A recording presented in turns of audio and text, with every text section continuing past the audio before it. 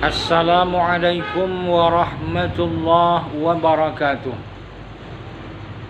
Ikhwani fillah, kaum muslimin muslimat yang dirahmati Allah. Edisi kali ini kita coba berbicara tentang al-adalah, keadilan. I'dilu huwa aqrabu littaqwa. Adillah kamu, karena adil itu dekat kepada ketakwaan. Satu negeri ketika pemimpinnya adil, rakyat diatur dengan adil, kebijakan diputuskan dengan adil, kepentingan diputuskan dengan adil, bukan menjamin.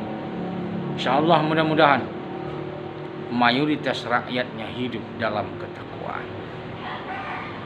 Kalau adil ini menjadi bahan yang langka, maka jangan terkejut kenapa rakyat banyak lebih parah dari iblis yang durjana. Ikhwani fillah yang dirahmati Allah, dengar peristiwa baru-baru ini. Novel Baswedan yang mana matanya hilang sebelah, mukanya hancur sebelah, kegantengannya hilang, mengerjakan tugas negara bukan kepentingan pribadi, disiram dengan air keras. Ditangkap si penyiram, dituntut oleh jaksa cuma 1 tahun hukuman. Itu menyayat perasaan yang ada di jiwa kita. Coba berpikir waras sajalah kita, berpikir waras. Menangkap si penyiram, berapa banyak uang negara habis. Waktu menangkapnya berapa banyak yang terbuang. Polisi yang mengejarnya, berapa banyak waktu yang dibuang. Kekuasaan yang tergerus. Daya upaya mereka memikirkan si penyiram, berapa banyak yang dikorbankan. Rakyat yang pikiran, ide, bicara mereka, waktu mereka, perhatian mereka terhadap kasus penyiraman, berapa banyak terserap. Ketika ditangkap si penyiram, 1 tahun hukuman, tuntutan jaksa, belum putusan. Ada apa dengan negeri? Nilai adalah, nilai keadilan sudah jauh. Masya Allah. Kenapa Umar bin Khattab itu cukup ditakuti oleh iblis ketika dia berpapasan sama iblis? Iblis lari. Apa penyebab? Karena Umar bin Khattab seorang manusia yang istiqamah. Maka dia digelar Al-Faruq, yang berani membedakan mana yang benar, mana yang salah. Umar bin Khattab, apa senjatanya? Adalah keadilan. Ketika anak Umar datang menuju rumah Umar, kantor Umar, diwannya Umar bin Khattab, pada malam hari anak Umar berdialog, berbicara sama ayahnya. Apa yang ditanya Umar pertama? Urusan apa ini anakku? Urusan negara, urusan umat, urusan engkau atau keluarga kita? Maka sang anak bilang, urusan keluarga kita, ayah. Kalau begitu padamkan lampu, matikan lampu. Ayah, kalau ayah matikan lampu, maka kita bicara dalam keadaan gelap. Betul anakku, karena yang kita bicarakan urusan keluarga kita, kepentingan kita, kepentingan engkau, kepentingan saya, kepentingan keluarga kita. Jangan menggunakan fasilitas negara. Masya Allah. Umar menanamkan keadilan pada dirinya. Umar menanamkan keadilan pada anaknya.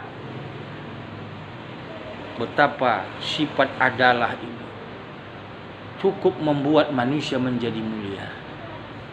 Tapi keadilan ini sudah mulai hilang dari diri-diri manusia, terutama para penguasa-penguasa. Saya mau bertanya kepada penguasa, hei presiden, hei menteri-menteri, hei orang-orang yang makan dengan uang negara, hei para pejabat-pejabat, mana nenekmu? Kemana hari ini atokmu? Kemana hari ini moyangmu? Kemana hari ini generasi-generasi terdahulumu? Semua mereka sudah masuk ke dalam kubur. Ingat, kamu semua, kita semua mungkin satu langkah lagi akan menuju ke dalam kuburan. Kullukum ra'in wa kullukum mas'ul an ra'iyati. Semua kamu itu pemimpin. Semua kamu akan dituntut atas apa-apa yang kamu pimpin. Dipinta pertanggungjawaban atas apa-apa yang kamu pimpin. Karena bukan kita yang seperti Novel Baswedan. Kalau kita yang terjadi pada diri kita seperti itu, sakit apa tidak diri kita? Sedih apa tidak jiwa kita? Yang kita urus adalah urusan negara. Dalam urusan negara kita disiram pakai air keras, kegantengan kita hilang, mata kita buta sebelah. Si pelaku cuma dihukum 1 tahun. Cuma dituntut 1 tahun. Masya Allah. Kalau adalah keadilan menjadi bahan yang paling langka hari ini. Sadarlah, hidup kita tidak akan lama. Manusia hanya sementara. Tapi ingat, apa yang kamu lakukan pasti ada balasan. Ruslan Buton, seorang tentara, karirnya bagus, cakrawalanya bagus, pemikirannya bagus, idenya bagus, hanya mengusulkan, menyampaikan pendapat pribadi di mana pendapat itu dilindungi oleh negara. Masya Allah. Tangkap. Apa yang dibuat Ruslan? Apakah dia melakukan kudeta? Apakah dia menyimpan senjata? Apakah apa yang dilakukan oleh Ruslan Buton yang melanggar hukum negeri ini? Tidak.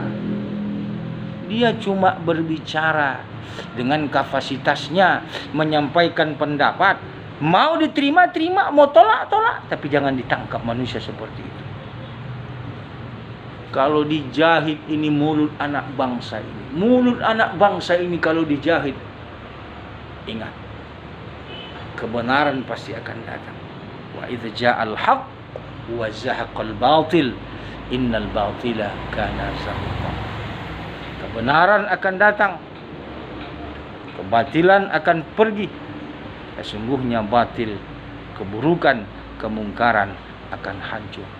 Berdirilah kita pada kebenaran, karena kebatilan sekuat manapun, sekokoh manapun, pasti akan hancur, dihantam oleh air bah kebenaran. Assalamualaikum warahmatullahi wabarakatuh.